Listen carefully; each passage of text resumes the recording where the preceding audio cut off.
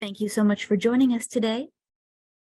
This is the Pat Looney Educational Series for Client Empowerment, Tools and Strategies to Take Your Case Management to the Next Level webinar. I'd like to welcome Cancer Commons CEO, Rebecca Driscoll. Hello, good afternoon, and welcome. We are excited to be presenting the last of the 4 webinars in the Pat Looney Educational Series for Client Empowerment. Today, I'm joined by a few panelists that I am excited to share this time with, as they get to share their personal encounters with cancer with you, as well as the novel tools that they have come up with to help both patients and caregivers. Again, I'm Rebecca Driscoll, and I have the privilege of serving cancer patients and caregivers alongside an amazing team at Cancer Commons. For those of you who don't know Cancer Commons, we are a 10-year-old nonprofit organization that has compassionately served cancer patients and caregivers by enabling patients to receive evidence-based options for testing and treatment that are unique and personalized to their disease. Today is a fun panel, and we welcome you to engage through the Q&A. So just a few housekeeping items. We will talk for about 20 to 25 minutes as a panel, going through each of our unique tools and strategies. So I highly encourage you to stay for the full 25 to 30 minutes so you can hear about each one. When you have a question, please use the Q&A anytime during the panel discussion at the bottom screen of the Zoom toolbar. You can again list a question anytime, and then in the end, we will answer them in the order in which we receive them, and we'll spend about 15 to 20 minutes answering questions as they come in. We will also be recording the session so you can listen to it at a future time. Again, thanks for joining us. And I also want to mention that the series would not be possible, and we're lucky to have somebody join us today with a very special guest, and also the Pat Looney Educational Series for Client Empowerment founder, Caitlin Landsberg. Caitlin, thanks for joining us today. Hi, Rebecca. Thank you so much for having me, and thanks everyone for attending today for, like Rebecca said, our 4th and final webinar of this series of 2022. Thanks to Cancer Commons for creating this important content and our panelists today and disseminating this information. It's so important and so critical. My mom's journey really shifted when she discovered Cancer Commons. She was from an inundated, overwhelmed patient to someone who was really confident, informed, empowered, supported by world-class information and research, and most importantly, options. It really shifted her demeanor, her mentality. And so we're so grateful for Cancer Commons in so many ways, but it was really her life's goal from that point on to share Cancer Commons and its many benefits to as many people as possible. So I'd like to thank everyone for attending today and in taking this information. It's a super relevant topic that you'll find in a few minutes, but also sharing it with others and continuing her legacy. And we're thrilled by the educational series that we've started. And back to you, Rebecca.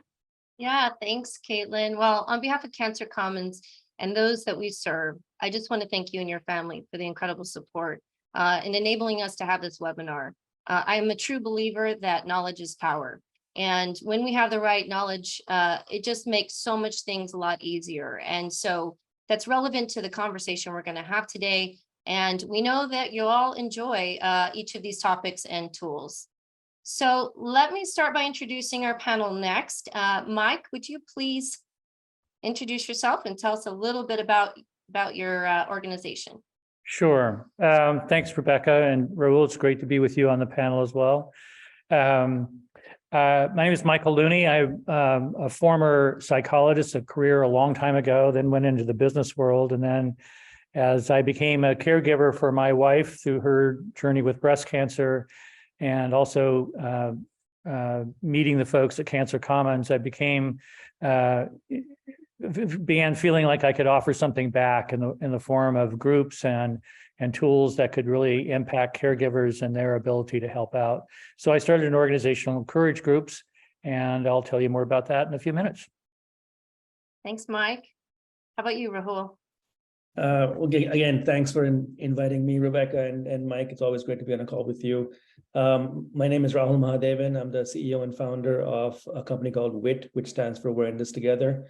Like Michael, I'm a cancer survivor, was diagnosed with stage 3 prostate cancer last year, and found that a lot of patients struggle with non-clinical support as they go through treatment. And so a lot of people were making decisions, picking home over health. And that just bothered me. And so we started 𝗦𝗏 to really help patients get the support they need on the non-clinical side. And I'll share more about that as we go through. Yeah, thanks, Rahul. And it's so true. We are in this together. And it's also why we're here together on this panel, right? That I always tell people it takes an army really to deal with cancer. And so the topics today are so relevant. So my background, for those that don't know me, I have a 22-year background in cancer testing. Our previous webinar addressed why testing matters. So I thought that, to add on to that, given my experience, I wanted to give the audience some tools and tricks around understanding pathology, how to get your pathology report, some of the little things that really can make a difference in moving your journey forward.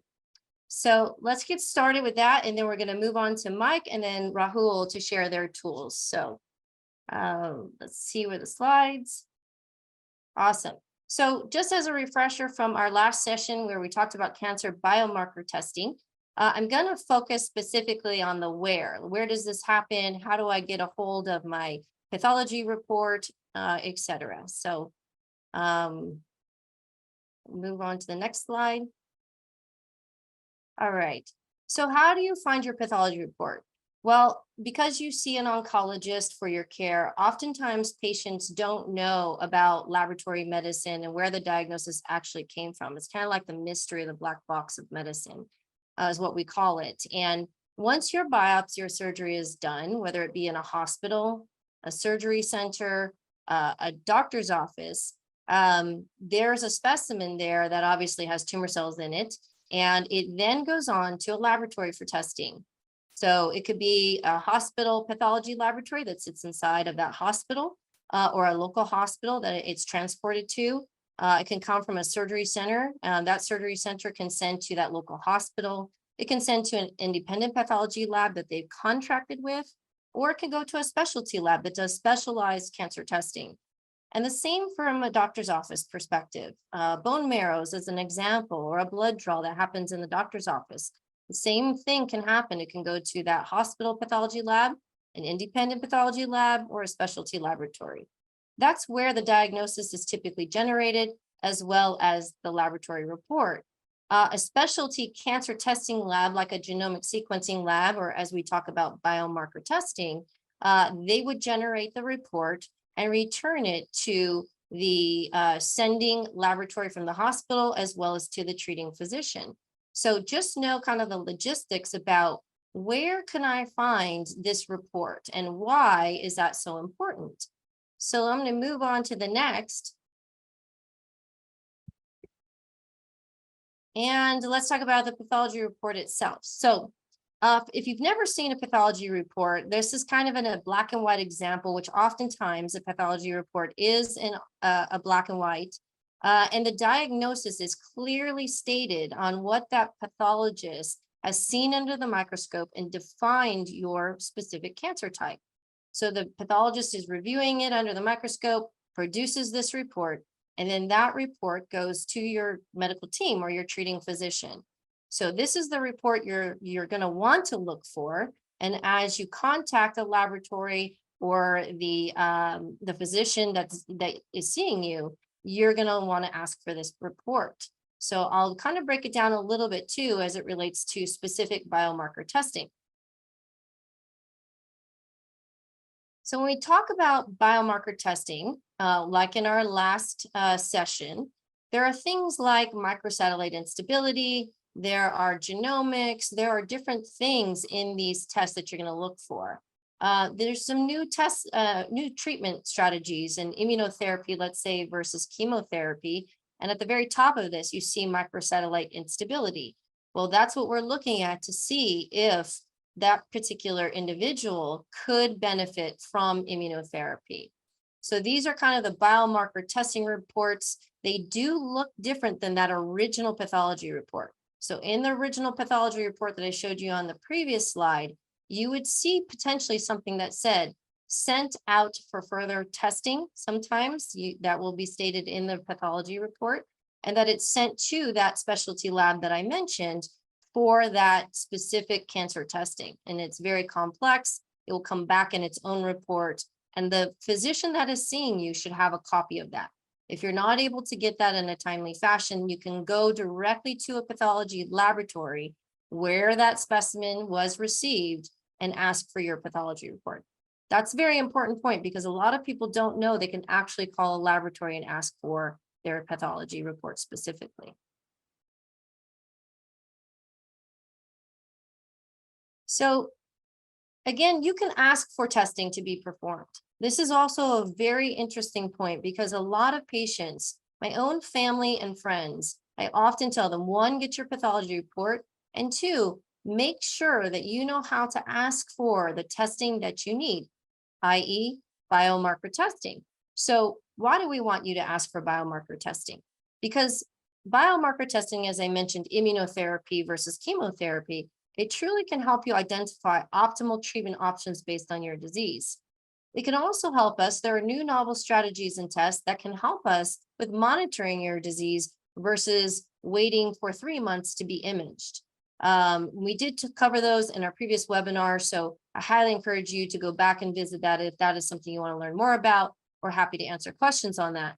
But also, we can help you identify clinical trials. So if there might be a clinical trial that is best for you, oftentimes they're looking for some of these new novel biomarker testing. And lastly, it's important for your own, sometimes understanding your own family risk. We've heard of hereditary cancers or early detection.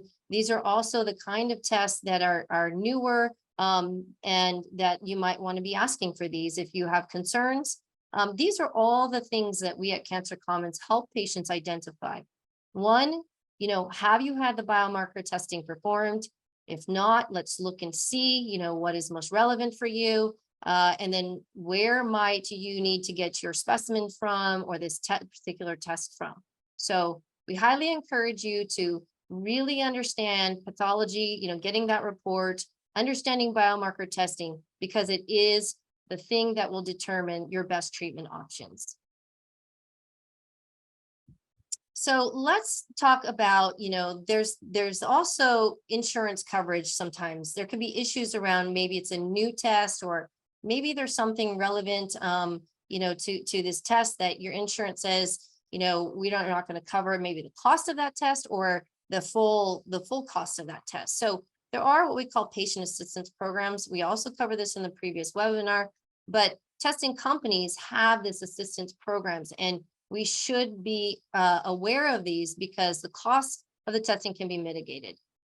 You can also ask your medical insurance provider about biomarker testing, just to, make sure that the information you're receiving about coverage is accurate, or reach out to organizations like ours and ask us to help you with that assistance and looking for options for coverage. And there's other new novel strategies, again, to talk about how we can help you get coverage for cancer testing. So with that, we don't want to bore you too long on the pathology side of things. Again, revisit the previous webinar or feel free to ask us questions regarding more about how to understand your pathology. So I'll leave it at that. And any questions from our panel, Mike, Rahul, anything I can answer to clarify anything I've talked about? Yeah, I have. Go ahead, Rahul. No, go ahead, Mike. You first. Well, Rahul and I have both been through this, as well as my experience with my wife. I've had the biomarker testing done, but it was actually done fairly late in my treatment. I'm 9 years into this journey now, and it probably wasn't until 4 years that I had biomarker testing done. I kind of had assumed that in my surgery that they had done biopsies and that's all that was needed. So I was kind of surprised by the need for the biomarker information. Can you suggest when's the best time for getting that biomarker done? Yeah, that's great, Mike. I tell everybody it's right away and why you should get your pathology reports. Just like when you go to the clinician, the first visit to the oncology practice, and they send you out with all kinds of information about what's going on with you. The thing that they don't give you often is that pathology report. And so I tell people get it right away because you don't want to delay. Sometimes these tests can take 2 to 3 weeks to get back. Especially our audience, often are advanced cancer patients, and we don't want them to be waiting an additional 2 to 3 weeks by the time they've contacted us, et cetera. And if we can reduce that time to getting biomarker testing done, we're trying to say, get that pathology report, understand it as part of your routine care. It's a great question, Mike. Thank you. Hey, Rebecca, just a quick question. I'm looking at some of the questions in the Q&A as well. So my initial question I had, I'm going to change slightly. Can Cancer Commons help get second opinions for pathology tests that we've already done? And what's the best way to leverage the services that Cancer Commons offers as we kind of go through this whole testing decision? Yeah, that's a great question. And we as an organization absolutely try to remain neutral. But we do recommend and facilitate on getting that, whether it be even a confirmational, what we call confirmational tests, not so much a second opinion, but laboratory testing is not a perfect science.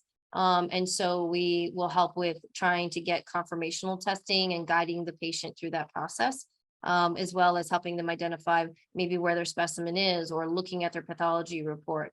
So we as an organization support the patient in making sure that they have received the most optimal testing at that current place and time in their disease. Yeah, great. So let's move on because we will have a Q&A. And so I'd love for Mike to please tell us a bit more about you and the courage groups and everything that you've been working on. Sure. Thanks again, Rebecca, for the introduction. But so I'm a cancer survivor, 9 years now with prostate cancer, and also was a caregiver for my wife for about 3 years. And also, as I mentioned before, I came in contact with Cancer Commons through that process. And in talking with some of the folks there, realized that the role of a caregiver could be extremely valuable. That I started out being essentially a driver for my wife. I would drive her down to the clinic and to the hospital, and she would primarily be driving her own treatment and care and so forth. But over time, as she became weaker and things became more critical, I had to step in more and more as a caregiver. And I didn't know I was a caregiver at the time. I didn't know that was the label. I just did what you needed to do. But through those 3 years, I had virtually no guidance or assistance, training, anything by the medical staff that my wife was being treated by, as I became more and more involved and ultimately making life and death decisions by the end. So I really became sensitized to the value of a caregiver and the potential value of a caregiver and what they could do. And so I think the notion of enabling and empowering caregivers was the ultimate goal that I wanted to get involved in. And having a past background in psychology and psychotherapy, I really felt that I could facilitate groups that would be done by and for caregivers. And in having done some of these now, I'm really impressed with what caregivers offer each other. And so I started putting this together and started this group called Courage Groups, because I think it takes courage to fight the battle with cancer, and caregivers can be a more significant part in that whole treatment process. I developed a dashboard as a tool initially for the groups, and it would serve as a common language, if you will, for the group, so that people could sort of talk amongst themselves and have some sense or reference to what it is. I think that's a slide coming up that gives you a picture of what the dashboard is. So it's sort of 2 pages, if you will. The first one is done either by or for the loved one, And it starts looking at different elements. So it says, well, what's the status of the disease? Are you in a curative state? Are you controlling the disease, or are you just looking for comfort? And what's the physical status of the patient or loved one? What's their pain management? What's their attitude? What's their how responsible are they for their medical plan? And then looking at communications with the care team, with their caregivers, with extended family, and so forth. And then their well-being, how are they just functioning in terms of their own energy level and so forth. And so because cancer is a dynamic disease that moves back and forth, I thought the metaphor of a dashboard worked well, so that you could move the sliding scale back and forth depending on what was going on with the cancer. Then the caregiver would also look at many of the same things, their attitude about the treatment, the responsibility for the plan. For instance, as my wife became weaker and she didn't have the energy to deal with her plan, I had to step in and move forward with that. Same with well-being, self-care. This is a big item with caregivers. They tend to always sort of think of the patient first and loved one, but that can become exhausting and eventually limiting. So it's important that the caregiver do some self-support. You know, when that mask drops down from the airplane, you're told to put it on your mask on your face first before you help someone else. And there's a reason for that. You need to take care of yourself so you can take care of somebody else. And then ultimately, caregivers asked me to include a line around death and dying, because that is unfortunately one of the factors that can be prevalent in cancer. So that was added to it. So in the groups, it was really a notion that this would be a way to be able to talk with each other about what was going on and what had changed from week to week and so on and so forth. But it's turned out it developed a bit of a life of its own, and some people are using it just as a self-help tool. And there are oncology offices that are interested in distributing it as a self-help tool, because it does three things, I think, from feedback that we've gotten from users, is that one, it gives the caregiver a better sense of roadmap of where things could be and likely is going to go. Two, it improves communication. It's not uncommon that things start getting strained as things get tougher and tougher as you go through, and checking in with one another and being clear about what's going on, making sure you're both on the same page about what's going on, making sure you're communicating with the care team and so forth is really critical. And then the third element, just as you're talking about the biomarker for patients, caregivers need to know about that information. They need to get more involved earlier around the treatment plan.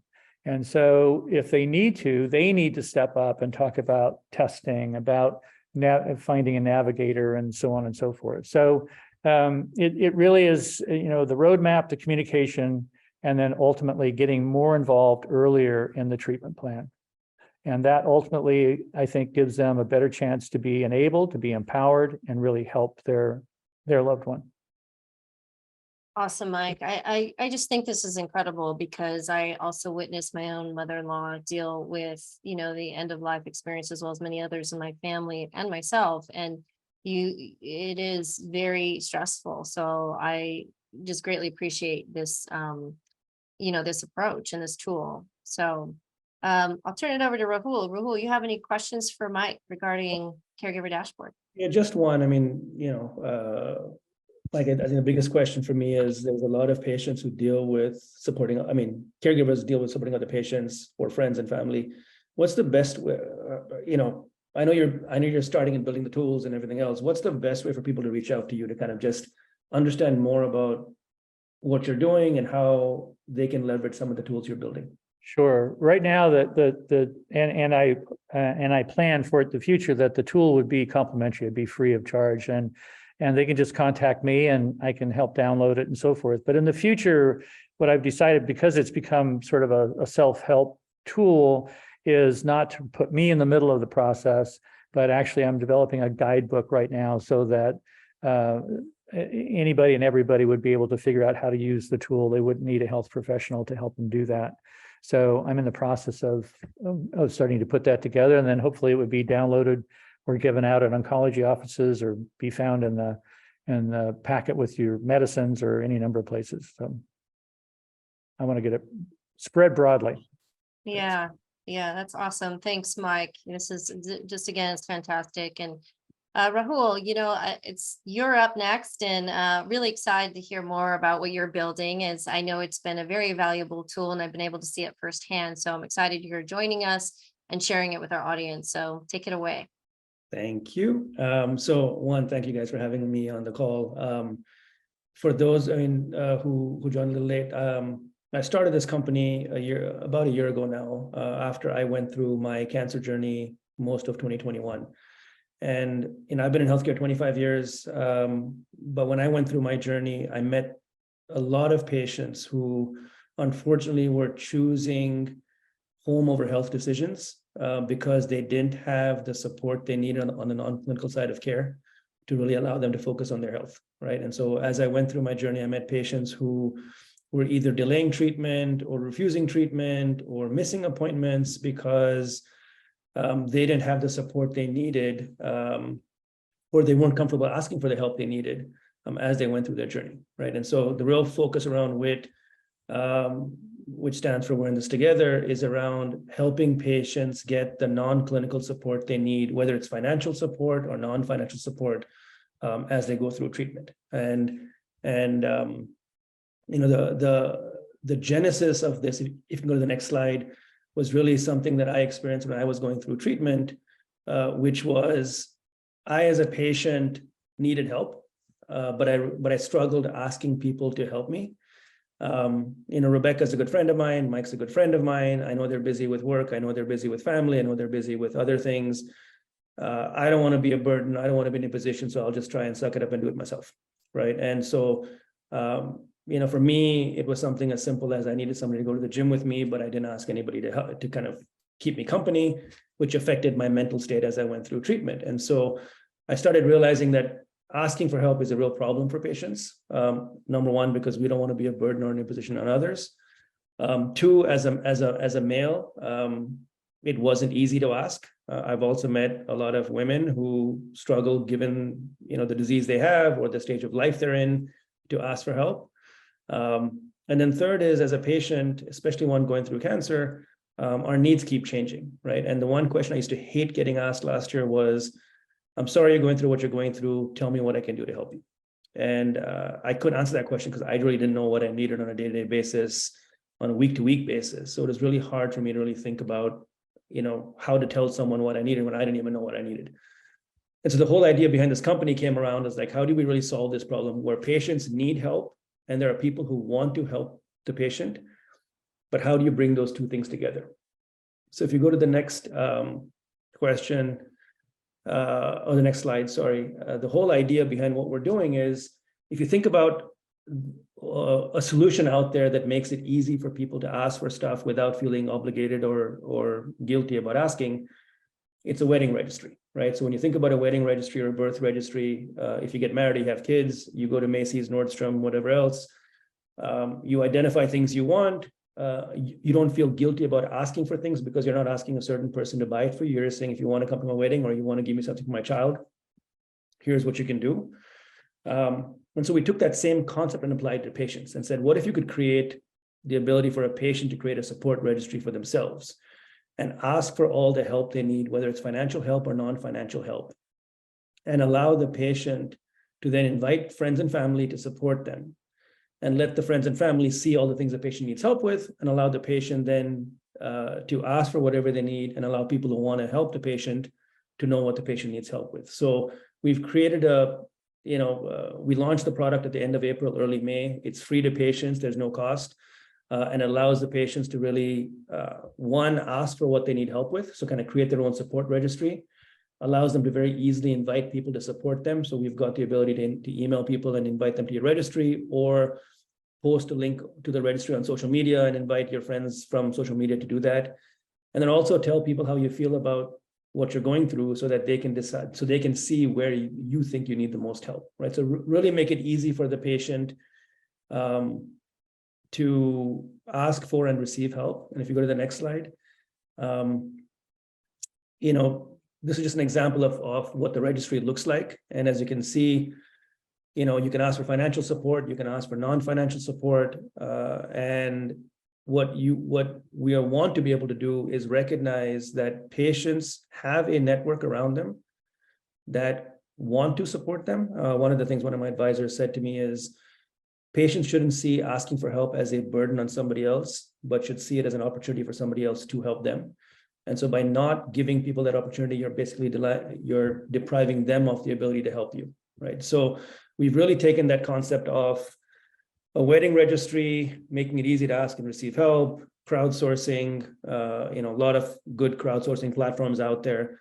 And then for those who are underserved, low middle income, who need financial tool, we've got a financial backend that will allow us to kind of transfer funds fairly easily between the donors and the patients. And so the hope is to really take, my journey, but for the grace of God, I have what I have. But I met so many people who don't. And so the reason we started this company was to help, to kind of pay it forward and give back to those that need support as they go through treatment. So that's why we started 𝗦. Just as a heads up, if you go to 𝗦.com, it's a outdoor garbage company. So that's not our website. That's why our website is 𝗦forever.com. And so you can learn more about what we do there. Yeah, that's awesome. I have first-hand experience with the 𝗦 platform, so it's also why I'm a big fan of it. I had a very dear friend who had a very limited support network and also was so used to doing everything herself, and she had rapid decline in her disease to the point where she's wheelchair bound. And unfortunately, her family and those closest to her did not have the ability to transport her medically because of the wheelchair. So within about 48 hours, the caregivers friend, I, as a friend and kind of a caregiver, got to use the app on her behalf. I do believe there might be a question about that. So yes, I logged in as the patient, and I helped her create the registry and put the things that she needed because I witnessed it and, was able to enable her with her permission to get the things that she needed for the medical transport. So it was very effective in using the tool. And it's also why I said I'm a huge fan of this. So, Rahul, I, just commend you for taking your own experiences and your observations while you're going through treatment and building this tool, because I can see how it's going to have tremendous impact. So with that, Mike, do you have any questions for Rahul? Yeah, sort of on the flip end of it, which is, if I'm a person, I know myself, as well as I know a number of other caregivers who are no longer caregivers, but still want to give back to other people who have cancer. How do I'm not looking for anything myself at this point, but I would be interested in if there's something I can offer somebody else. So is there a way for me to register or something as a contributor, not as a patient, so that they would maybe know that I can drive, or I might have some money for groceries, or, it's sort of like that. Yeah. So anyone can go on if you want to give back, our website. So first of all, one of the things that's really important to me is making sure that anybody like you who wants to give to somebody who is on the platform, that that they're a real patient going through treatment, right? So if you go to our website and you click on the donate button, you'll see a list of about 100+ patients right now on the platform. All of them have been verified by us as patients that are actually going through treatment, right? So we wanted to make sure that if you want to give your time, or you want to give your money to help somebody, that you're giving it to somebody who's actually in treatment versus somebody you don't know and is just asking for support. So number one, there's that. We are looking at expanding the product, and we've been out now 5 months, so we're still in our very early stages of this company, but we are looking for a way to kind of allow caregivers to support patients, but also support other caregivers, right? So taking kind of what your concept is for courage groups and automating some of that, so that we can say, how do you really leverage the best information out there to really provide the support you need for a patient, so that the patient can really focus on what's really important, which is their health, right? Right now they're struggling with, I've got a neighbor who missed appointments because she had nobody to walk her dog, right? And her logic was, I've got 29 appointments, I can miss 2. And I said, no, you can't, right? You have 29 for a reason. And so I'm looking forward to working with you and other folks to kind of take some of the work you're doing and saying, how do we really make that something that patients can use as they go through their journey? And I think you've covered it both by Rebecca's example as well, that while you're patient focused, that very much includes the caregivers that are supporting those patients. And I'm patient focused from the perspective of the product. One of the things that I struggled with when I was going through my treatment was a lot of the products out there were very rich in content and really heavy, if you will. And I found as a patient, I didn't have the mental capacity to process information the way I do today, right? And so what we did is we designed the product for the patient in terms of functionality, in terms of lightness, but the use can be for a patient or somebody taking care of the patient or anybody else. Rebecca is a great example where her patient that she was dealing with was too incapacitated to do things herself. So Rebecca basically acted as a proxy for her. Yeah. So I think there's another great question for this one is, people just have a hard time asking for help. Are there any strategies that you've seen work that, in my case, I just said, let me help you. I just took over and said, let me help you as her friend, as somebody who, knew the situation, and it really required two of us to step in and do that for her. But is there anything you've seen that has really helped people kind of, do this and really ask for help when they need it? Yeah, I think the couple of things is, one is, asking for specific needs makes it easier for people who want to give and support you to give. So I've had people say, I need $25 for a haircut, and I need $50 to go get groceries. I need, $100 to pay for my utility bill for this month, right? And so I think the more bite-sized the chunks are, the easier it is for people who want to support you to give. It also helps because they know specifically what they're giving for, versus a GoFundMe that says I need $5,000 to pay for my treatment. Somebody giving doesn't really know how the money is going to be used. And so this platform allows people who are supporting the patient to know specifically what the needs are of the patient. And then I would say one more thing, we built the ability to kind of post the link of your registry in social media, because I know patients struggle with asking. And I know I've been through it. I took an Uber to my surgery because I didn't want my wife to wake up at 3:30 in the morning to take me. But we've also learned that patients who post on their social media and ask for help are surprised at how much help they get, right? And it is truly a village that helps the patient. I think Mike went through it, and I went through it, and I think there are people who want to help. Yeah. Just give them a chance. Yeah, absolutely. And that's a great point. I mean, there's, you want to help and you just want them to tell you, like you said, I don't want people to ask me this question, tell me what to do or tell me what you need. And, I have a problem with just, asking for help in my daily life, let alone for, a disease. So great tips. And Mike, I kind of ask you the same question about, caregivers, because what I've witnessed too in my own family is the caregiver just feels so ultimately responsible that they don't want to leave their loved one. They don't want to, they don't want to let them down. They want to be there for every little thing. And, just as another example, I was just on another patient discussion that, somebody was trying to decide on whether or not they should care for the loved one at home or put them in hospice, as though, is that a bad move, right? Like, am I responsible? So just from your own experience, Mike, from the caregiver perspective, how do caregivers ask for help? Reluctantly. Like you point out, I think it's a self-defined job, and you just start doing it. And the next thing you know, you are completely involved in it. And over time, you could be getting tired and worn down and a little frayed at the nerves and all those kinds of things. So I think it's important that even care teams, oncology teams or navigators, help them really give feedback to caregivers and encourage them to take care of themselves as well. It's one of the reasons I want to do the groups that I do on a virtual basis, so that they don't have to take an hour to drive to a group someplace face-to-face or go get help face-to-face. They can do it virtually and without leaving their home or leaving the side of their loved one. But I think it's a tough issue. I think caregivers tend to overextend and don't take care of themselves as well as they should.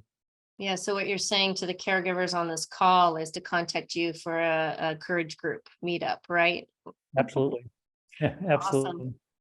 Awesome. Well, I know we have, about 10 minutes left, and I want to make sure that we answer our audience questions.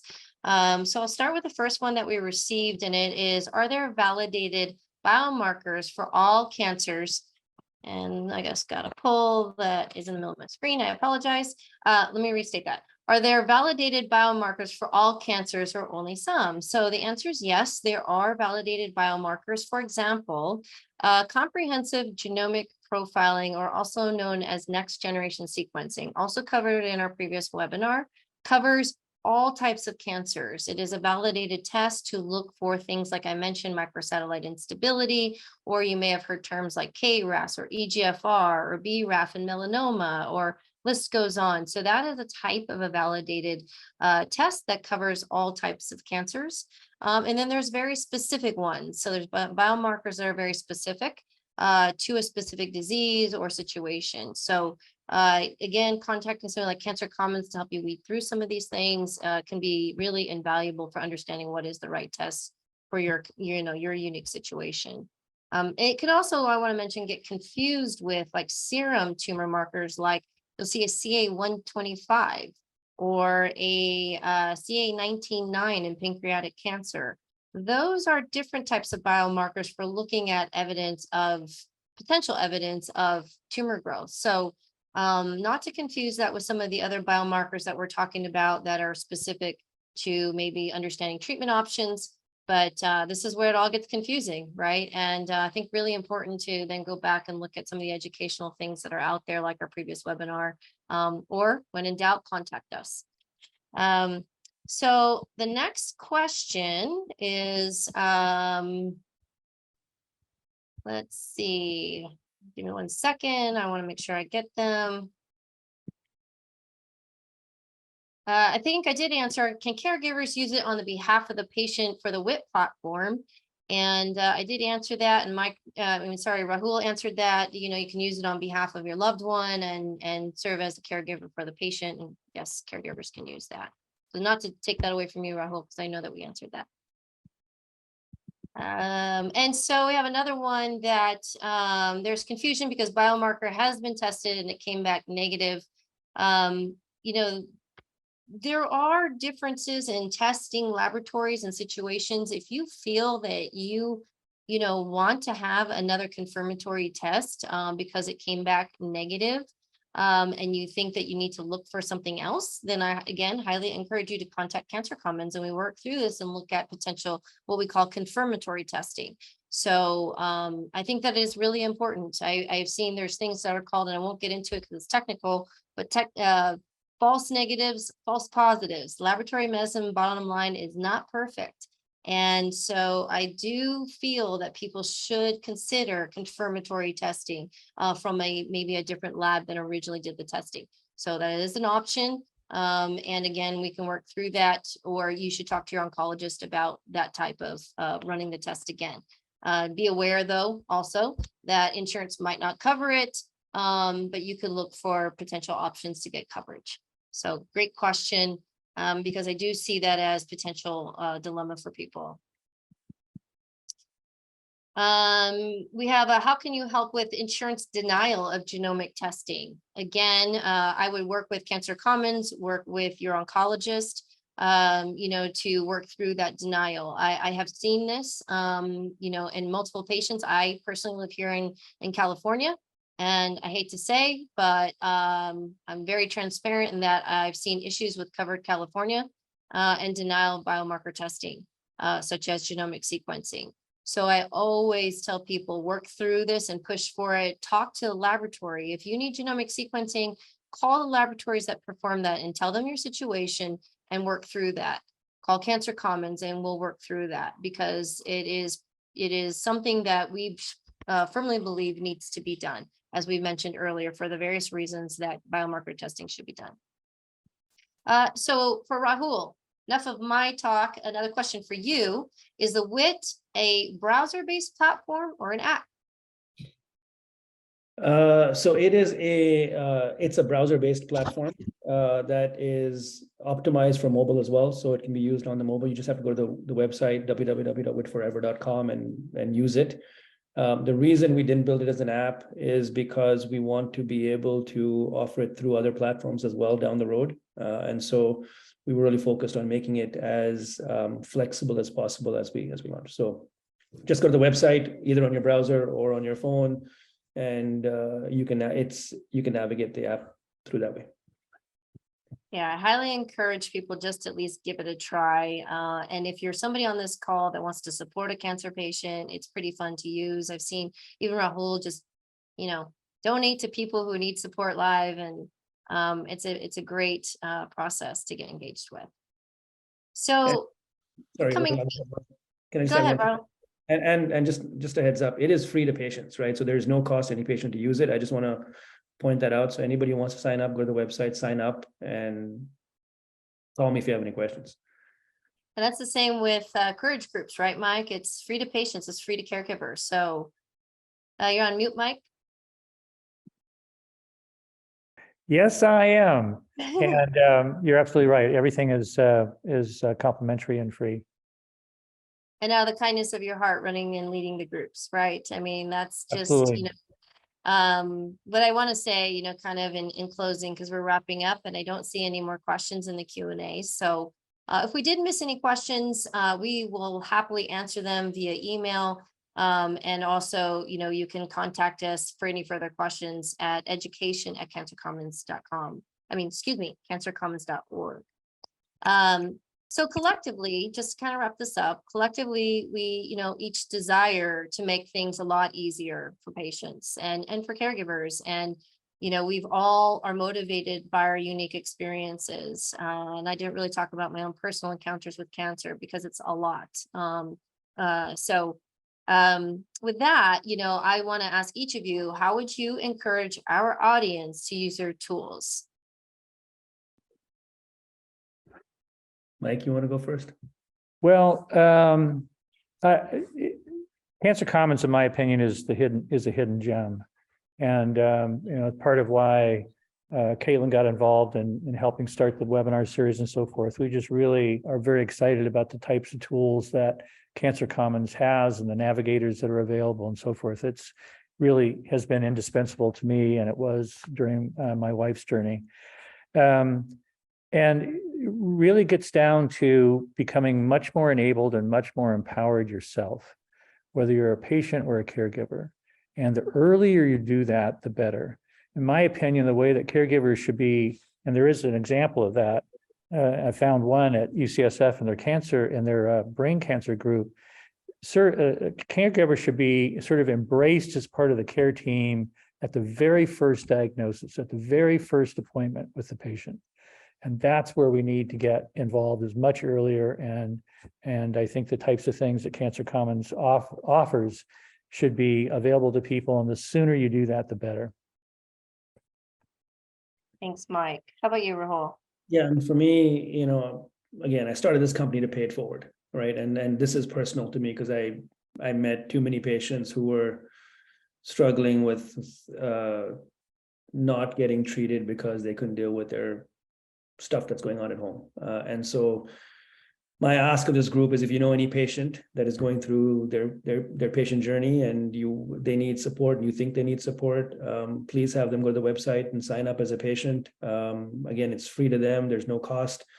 We are doing this to kind of move the needle and help patients not have to worry about the non-clinical stuff so that they can actually focus on the clinical stuff. And I will echo what Mike said, both about Mike's group, because I met Mike a few weeks ago, and I love what he's doing as, given his experiences, but also Rebecca and her team at Cancer Commons. I've got to know them over the last 4 months, and I couldn't have asked for a better organization to kind of get to know and work with, that I think is aligned in the vision of, how do we really help patients as they go through their journey. So Yeah, well, thank you. And that's the same for me. I joined Cancer Commons because of my own personal journey. And there's no better way than to help patients understand these things, like we talked about here today.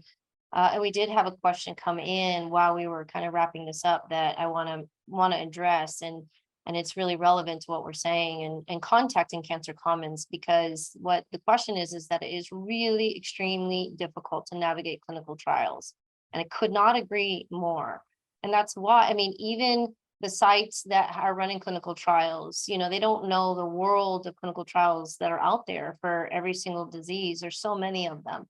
And so this is what is really unique to Cancer Commons, is that we help patients navigate to the most appropriate clinical trials for them, and also prioritize because there might be several that are relevant, or there might be one, but we help the patients prioritize those, and we look at many resources of clinical trials nationally, and then here in the US. So anyway, I highly encourage you to contact Cancer Commons when it comes to navigating clinical trials, looking for biomarker testing and understanding, as well as, just treatment options and prioritizing. So with that, I want to thank you, Rahul and Mike, for all the work that you're doing first and foremost, and taking your own experiences to help others. I think that takes bravery in itself. And putting yourself out there and having this conversation just for the betterment of others and helping ease their journeys is incredible work. So thanks for being here today, sharing this panel with me, and I look forward to all the work and the good we're going to do together. Thanks, For our guys. audience, yep. Thanks, For our Rebecca. audience, yes, you're welcome. Thanks. For our audience, thanks for being here today and participating, for the great questions. We really enjoyed being part of this panel and speaking with all of you. Just as a reminder, I know I had already mentioned it, I'll say the web address correctly, but if you have any further questions, you can always reach out to us at education@cancercommons.org. As a reminder, we recorded this video, so the video and the script of this session today will be posted in the coming days on our website, as well as on our YouTube channel. And lastly, if you or anyone is dealing with advanced cancer and you need support in any of the areas that we've talked about today, or just need some guidance through our expert team at Cancer Commons, please reach out to us. We are here to help you. And you can find us at www.cancercommons.org. And the last slide of the day, thank you all for being here.